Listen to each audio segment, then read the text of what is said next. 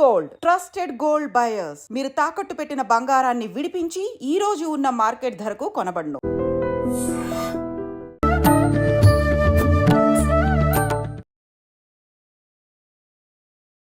నమస్కారం, welcome to I dream. ధర్మ మార్గం విత్ విజిత కార్యక్రమానికి స్వాగతం. ప్రస్తుతం మనతో పాటు ఉన్నారు ప్రముఖ ఆధ్యాత్మికవేత్త మరెల్ల రవిశాస్త్రి గారు. ఇప్పుడు వారితో మాట్లాడదాం. నమస్కారం గురుగారు. నమస్తే. గాయత్రి మంత్రం అనగానే రకరకాలుగా మాట్లాడుతూ ఉంటారు. ఇది అందరూ చేయడానికి వీల్లేదని, ప్రత్యేకంగా ఆడవాళ్ళు ఈ పారాయణం చేయడానికి అస్సలు పనికిరాదు అని చెప్పి, నిజంగా ఆడవాళ్ళు గాయత్రి మంత్రం చేయకూడదా? ఓం శ్రీ గురుభ్యో నమః. ఓం శ్రీ మహాగణాధిపతయే నమః. గాయత్రి మంత్రం ఎవరైనా చేయొచ్చా, ఎలాగైనా చేయొచ్చా అనేది చాలా పెద్ద క్వశ్చన్. అంటే చాలామంది ఆడవాళ్ళు చేయకూడదని, ఇది సహజంగా సమాజంలో ఉండేది. అలాగే బ్రాహ్మణ్స్కే చేయాలనేది, ఉపనయనమైన వాళ్ళే చేయాలనేది, ఇది శాస్త్రబద్ధంగా మనకి ఉన్నటువంటి విషయం. అయితే దీనికి గాయత్రి మహావిజ్ఞానము అనేది ఉంది, పుస్తకం. Gayatri Mahavignanam volume 1 and 2 and 3 ఉంటాయి. అది పండిత శ్రీరామ శర్మ ఆచార్య గారు రాసినటువంటిది. గాయత్రి పరివార వ్యవస్థాపకులు శాంతికుంజ హరిద్వార్ వారు రాసింది ఉంటుంది. ఆ పుస్తకాన్ని ఎవరైనా చదివితే దాంట్లో మహానుభావులు ఎవరెవరు గాయత్రి సాధన చేశారు అనేది తెలుస్తుంది మనకి. ఎవరెవరికైతే ఇప్పుడు ఉన్నారో ఆచారాలు, జంజం వేసుకునే ఆచారాలు ఉన్నాయో పూర్వకాలంలో అందరికీ ఉండేవి. ఆడవాళ్ళకు కూడా జంజం వేసేవాళ్ళు. అవునా? ఆడవాళ్ళకి జంజం వేసేవారు, మగవాళ్ళకి ఉపనయనం ఉండేది. మరి ఇప్పుడు ఎందుకు లేదా ఆచారం? మనకి ఎప్పుడైతే ఈ ముస్లిం రాజుల పాలనలు వచ్చాయో అప్పుడు జంజం వేసుకున్న వాళ్ళకందరికీ ఈ ఫైన్లు ఇవన్నీ పెట్టడం వల్ల అప్పుడు 16వ సెంచరీలోనూ ఎప్పుడో నాకు అంటే ఎగ్జాక్ట్ తెలియదా, ఆ టైంలో ఈ ఆడవాళ్ళకి యజ్ఞోపవీతం అనేది తీసేయడం జరిగింది. ఇప్పటికి మీరు నార్త్ ఇండియన్ వెళ్తే చాలామంది ఆడవాళ్ళకి జంజాలు ఉంటాయి, యజ్ఞోపవీతాలు ఉంటాయి. అసలు జంజం వేసుకోవడం వల్ల ఏంటి అసలు ఫలితం? జంజం వేసుకోవడం వల్ల మనకి శరీరంలో ఒక తేజోశక్తి ఎప్పుడు యాక్టివేట్ అవుతుంది. ఆ తేజోశక్తి నాడి మనకు భుజం పైన ఇక్కడ ఉంటుంది.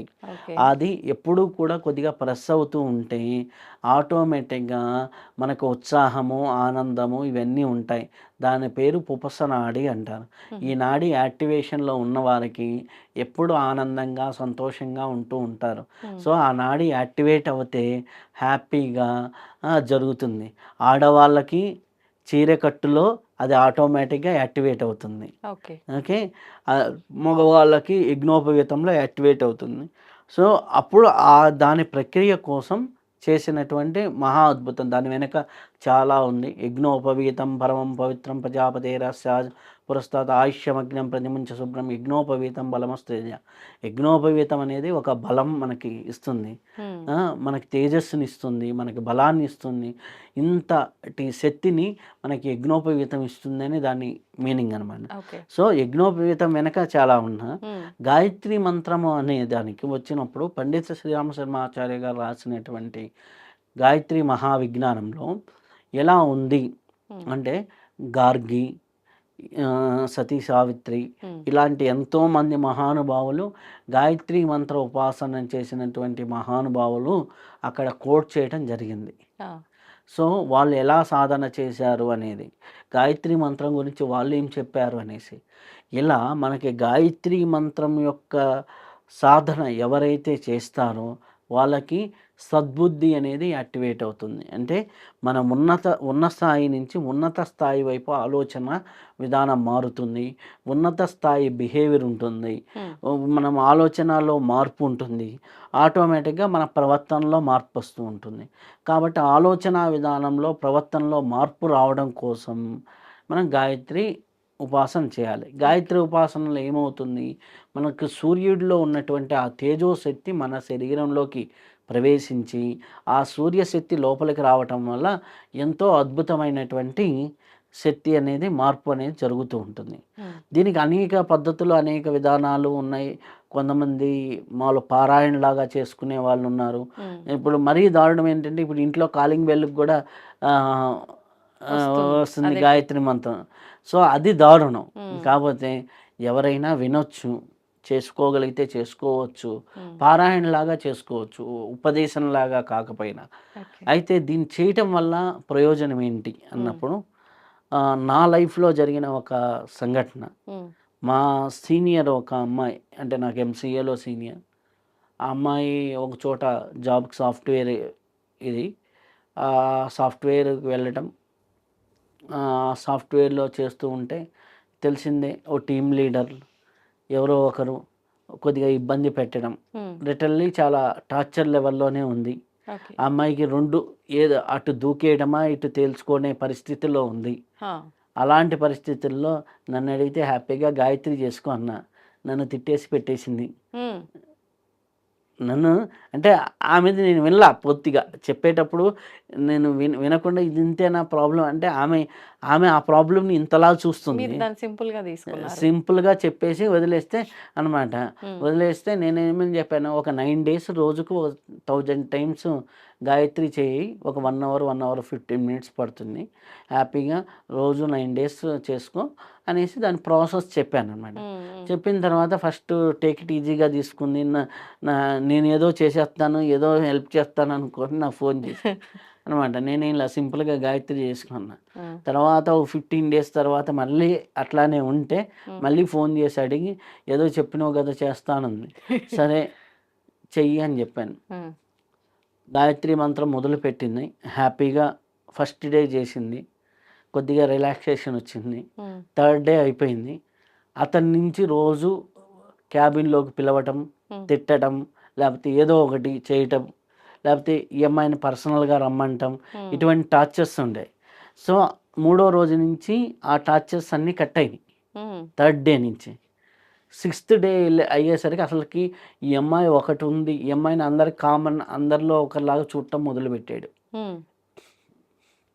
ఆ తర్వాత నైన్త్ డే అయిపోయేసరికి ఎవరైతే ఇబ్బంది పెడుతున్నారో అతనే ఈ అమ్మాయి దగ్గరకు వచ్చి ఏమన్నాడు అంటే, లాస్ట్ 3 డేస్ నుంచి నిన్ను అబ్జర్వ్ చేస్తున్నాను. హ్మ్. నీ ఫేస్‌లో మా అమ్మ కనిపిస్తుంది. ఇంత గ మార్పా? గాయత్రి అంటే universal mother. Universal mother consciousness ఎప్పుడైతే బాడీలోకి దిగిందో హ్మ్. ప్రతి ఒక్కరికి తల్లిలానే కనిపిస్తారు. హ్మ్. ఇప్పుడు అమ్మాయిలు గాయత్రి చేయాలా? అవసరం లేదా? చెయ్యాలి. ఆ! ప్రతి ఒక్కడికి ఒక తల్లి భావన కలిగే విధంగా హ్మ్. అన్నమాట. ఈ ప్రాసెస్‌లో ఈ అమ్మాయికి ఏమైపోయింది, హ్మ్. హ్యాపీగా జీన్సుల నుంచి డ్రెస్సులకి ఈ అమ్మాయిలో వచ్చిన మార్పులు. హ్మ్.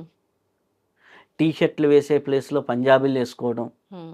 కొద్దిగా డీసెంట్ డ్రెస్సులేసుకోవడం. హ్మ్. అర్థమైందా? ఈ అమ్మాయి పరంగా ప్రవర్తన మారింది. అటు చూసే వాళ్ళ ప్రవర్తన మారింది. ఓకే. సో, మనిషికి ఎప్పుడైతే సద్బుద్ధి పెరుగుతుందో, ఇందాక చెప్పాను ఫార్ములా. గాయత్రి చేస్తే ఏమో సద్బుద్ధి పెరుగుతుంది. హ్మ్. ఎప్పుడైతే బుద్ధి పెరిగిందో ప్రవర్తన మారుతుంది. అవును. నీ ప్రవర్తన మారినప్పుడు నిన్ను చూసే ప్రవర్తన కూడా మారిపోతుంది. అంతే. యూనివర్సల్ మదర్ కాన్షియస్‌నెస్ ఎప్పుడైతే వస్తుందో నిన్ను దైవంగానే చూస్తారు. హ్మ్. నిన్ను ఒక గొప్పగా చూస్తారు. ఎప్పుడైతే గొప్పగా చూసారో అనుకోండి, ఆటోమేటిక్‌గా ఒక అద్భుతం ఉంది. మా హ్మ్. గురువుగారు నా చేత ఒకే సంవత్సరంలో 24 లక్షల సార్లు చేయించారు. 24,00,000 సార్లు గాయత్రినా? మంత్రం. రోజుకి 7 గంటల సాధన. ఆ! ఆ! 24 లక్షల సార్లు చేస్తే 11 నెలల 26 రోజులు ఎంతో పట్టింది. అంటే సంవత్సరానికి 3, 4 రోజుల ముందర హ్మ్. అయిపోయింది. ఆ! ఓకే. 1 ఇయర్‌లో అంత పట్టింది. రోజుకి 7 గంటలు పట్టింది సాధన. హ్మ్. స ఎన్ని అయ్యేది రోజుకి?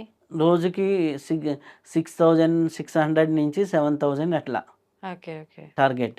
అలా పెట్టుకొని చేస్తూ ఉంటే హ్మ్. ఆటోమేటిక్‌గా 1 ఇయర్‌కి అయింది. అయితే మనకి సాధన అలా దానివల్ల మీ లైఫ్‌లో చేంజ్ ఏం జరిగింది? చాలా జరిగినాయి. ఆ! అనుకోకుండా ఇంతమంది గురువుల్ని ఇంటర్వ్యూలు చేయటం హ్మ్. అని మీకు కూడా తెలుసు. ఓకే. ఓకే. అలాగే గురువుల్ని ఇంటర్వ్యూ చేయటమే కాదు, హ్మ్. ఏపీజే అబ్దుల్ కలాం గారు లీడ్ ఇండియా దాంట్లో వర్క్ చేయడం, వారితో కలిసి ఆహ్, 2, 2, 3 టైమ్స్ కలిసాను. దాంట్లో 2 టైమ్స్ వారితో మాట్లాడే అవకాశం రావటం. హ్మ్. ఆ! లైఫ్ ఈరోజు నేను ఎక్కడో ఏదో ఊరు నుంచి వచ్చి హైదరాబాద్‌లో సొంత ఆఫీస్ పెట్టుకొని నలుగురికి జీతాలు ఇచ్చే స్థితికి ఎదగటం. ఇవన్నీ చేంజెసే కదా! అవును. ఎక్కడి నుంచి ఎక్కడికి ట్రావెల్ అవుతుంది జీవితం. మనం సాధన చేస్తే మనం స్టెప్ బై స్టెప్ ఎక్కుతాం. ఎక్కాలి అంటే సాధన చేయాల్సిందే. హ్మ్. మీరు ఉన్న మెట్టు మీద హాయిగా ఉండాలంటే హ్యాపీగా ఉండండి. నీ కర్మ నడిపిస్తుంది. హ్మ్. ఆ! ఆ ఉన్నత మెట్టు వైపుకెళ్ళాలి అంటే నీ సాధన అవసరం. ఇప్పుడు మీరు చెప్పిన దాన్ని బట్టి గాయత్రి ఎవరైనా చేయొచ్చు అని అర్థమవుతోంది. పారాయణ పరంగా ఆ! మరి ఇప్పుడు గురువు ఉపదేశం ఉండాలా ఈ పారాయణ చేయాలంటే గూడా? హ్యాపీగా నామజపంలాగా చేసుకోవచ్చు. నామజపంలాగా. ఆ! ఉపదేశంలాగా చేసుకుంటే ఇంకా మంచిది. హ్మ్. హ్యాపీగా ఇప్పుడు ఉపనయనాలు గాయత్రి పరివార్‌లో హ్యాపీగా చేస్తున్నారు. మీరు వెళ్లి చేయించుకోవాలనుకున్న వాళ్ళు చేయించుకోవచ్చు. హ్మ్. హ్మ్. ఓకే. హ్యాపీగా వాళ్ళు జంజమేసి హ్యాపీగా ఉపదేశం ఇస్తారు. హ్మ్. కాబట్టి గాయత్రి పరివార్‌లో మీరు చేయొచ్చు. గాయత్రి మహావిజ్ఞానాన్ని తీసుకొని, కొనుక్కొని చదువుకోవచ్చు. ఆన్‌లైన్‌లో గూడా ఉంటాయి. హ్మ్. గాయత్రి మహావిజ్ఞానం బై పండిత శ్రీరామ శర్మాచార్య. ఆ! వారు ఎలా అంటే గాయత్రి సాధనతో హ్మ్. 3300 పుస్తకాలు రాశారు. ఆ! ఆ! ఆయన చదువుకుంది 5వ తరగతే. ఓకే. 24,00,000 సాధన 24 సంవత్సరాలు చేశాడు. హ్మ్. ఆ! ఏ ఆయన దగ్గరికి ఎంతోమంది మహానుభావులు హ్మ్. ఒక యూనివర్సిటీ నడిపారు. ఆయన లేరు. ఆయన వెళ్ళిపోయింది 1992లో శరీరాన్ని. ఇప్పటికీ రన్ అవుతుంది. జనరేషన్స్ రన్ అవుతాయి. ఓకే. ఒక్క మంత్రాన్ని హ్మ్. కరెక్ట్‌గా పట్టుకుంటే చాలా అద్భుతాలు జరుగుతాయి. హ్మ్.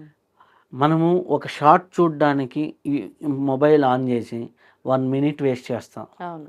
ఒక ప్రోమో చూడ్డానికి 4 నిమిషాలు టైం తీసుకుంటాం. ఆ! గట్టిగా 6 నిమిషాలు గాని సాధన చేయగలిగితే 6-7 నిమిషాల్లో హ్మ్. ఒక 108 సార్లు గాయత్రి అలవాటైతాయి. ఇప్పుడు ఈ పారాయణ చేస్తున్నప్పుడు నియమాలేమైనా పాటించాలంటారా? నియమాలంటే ఆడపిల్లలకుండే నియమాలు, సహజ నియమాలు. హ్మ్. అవి పాటించాలి. ఎందుకు అంటే ఇవంతా గూడా గాయత్రి సాధన అంతా గూడా శక్తిని పైకి పంపించే ప్రాసెస్. హ్మ్. వాళ్ళకొచ్చే మంత్లీ సైకిల్స్ అన్నీ గూడా అధోరేతస్ అంటే ఇది ఊర్ధ్వరేతస్సు, అది అధోరేతస్సు. కాబట్టి కాన్‌ఫ్లిక్ట్ అవుతుంది. ఎనర్జీస్ కాన్‌ఫ్లిక్ట్ అవుతుంది. ఓకే. దానివల్లే వాళ్ళేంటి అంటే ఆ ఎనర్జీ కాన్‌ఫ్లిక్ట్ అవుతుంది గాబట్టి గుళ్ళల్లోకెళ్ళొద్దు. వాళ్ళు ఎక్కువ సఫర్ అవుతారు గాబట్టి సఫరింగ్ నుంచి ఇబ్బంది పడకుండా ఉండడానికి వాళ్ళకి రెస్ట్ అని ఇవన్నీ క్రియేట్ చేసేవాళ్ళు పూర్వకాలంలో. హ్మ్. హ్మ్. సో, ఇది మెయిన్ అనమాట. ఓకే. అది అర్థం చేసుకుంటే చాలా బావుంటుంది.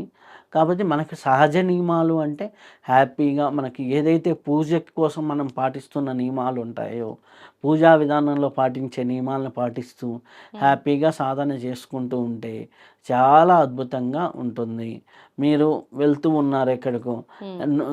ఏదో ఆలోచించే బదులు ఈ మంత్రాన్ని చాంట్ చేసుకుంటూ ఏదో ఒక మంత్రం మీరు గాయత్రియే కాకపోవచ్చు, శ్రీరామ అనుకోండి, లేకపోతే హ్మ్. ఇంకోటనుకోండి. ఏదైనా పాజిటివ్ వైబ్రేషన్‌ని మీరు అనుకుంటూ వెళ్తూ ఉంటే ఆటోమేటిక్‌గా మీ జీవితం గూడా పాజిటివ్ డైరెక్షన్‌లోనే వెళ్తుంది. ఓకే. కాబట్టి మీరు ఆ సాధనని చేసుకోవచ్చు. పారాయణ చేసుకోవచ్చు. మీ జీవితాలు బాగుపడతాయి.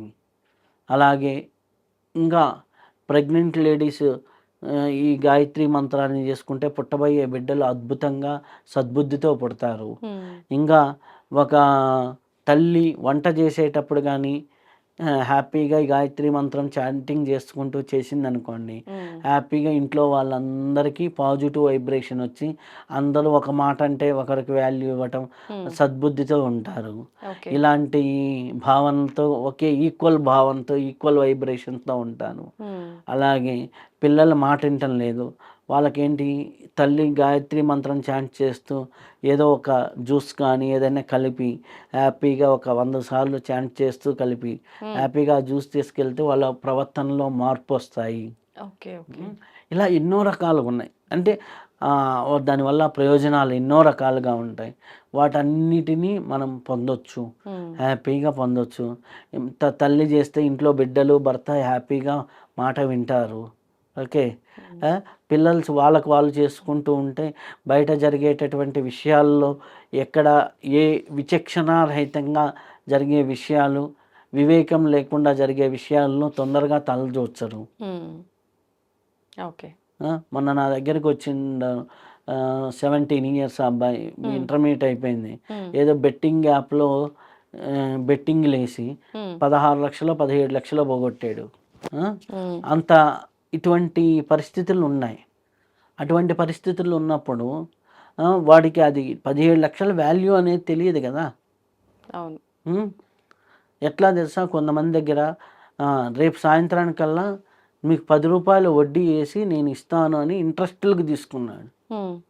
వాళ్ళ ఫాదర్ మదర్ వస్తే ఏం వాళ్ళు పర్వాలేదు, మంచిగా సాఫ్ట్వేర్ అయినా సంపాదిస్తున్నారు. కానీ 17 లక్షలు అంటే వాళ్ళ సంవత్సర సంపాదన. అర్థమైందా? ఇటువంటి ప్రవర్తనలో, ఇటువంటి పరిస్థితుల్లో మీ పిల్లలు పడకుండా ఉండాలి అంటే చేయవలసిన పారాయణ కానీ, మంత్రం కానీ గాయత్రి మంత్రం. అది ఎవరైనా చేసుకోవచ్చు, ఎలాగైనా చేసుకోవచ్చు. కాకపోతే కొద్దిగా నియమబద్ధంగా చేసుకుంటే చాలా చాలా మంచిది. శుభం భూయాత్. ధన్యవాదాలు. తవ్వండి, తవ్వుతూనే శివలింగం.